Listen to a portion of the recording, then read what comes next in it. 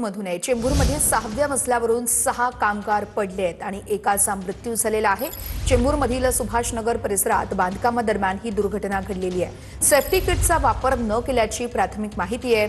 महापौर रितू तावडे आणि उपमहापौरांनी घटनास्थळी जाऊन पाहणी केलेली आहे। ठाकरेंच्या शिवसेनेच्या नेत्या अर्थातच माजी महापौर आणि विरोधी पक्षनेता किशोरी पेडणेकर यांनी देखील पाहणी केली आहे। 5 जखमी कामगारांवरती राजवाडी हॉस्पिटलमध्ये उपचार केले जात आहेत।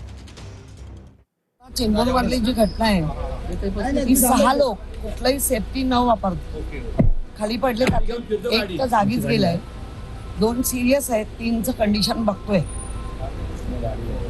या घटनेकडे मी एवढंच बघते की वॉर्ड लेवलला किंवा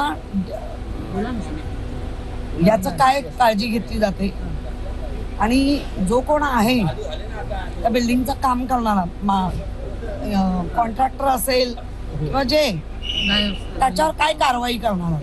तर या ठिकाणी जी 6 माळे कंप्लीट केल्यानंतर 7व्या माळ्यावर जी परांची बांधली आहे, त्या परांचीवर एका वेळी ही 6 जण बसली होती आणि अचानक ती परांची कोसळली आणि खाली आलीत सगळेजण आणि एकाचा दुर्दैवी मृत्यू झाला।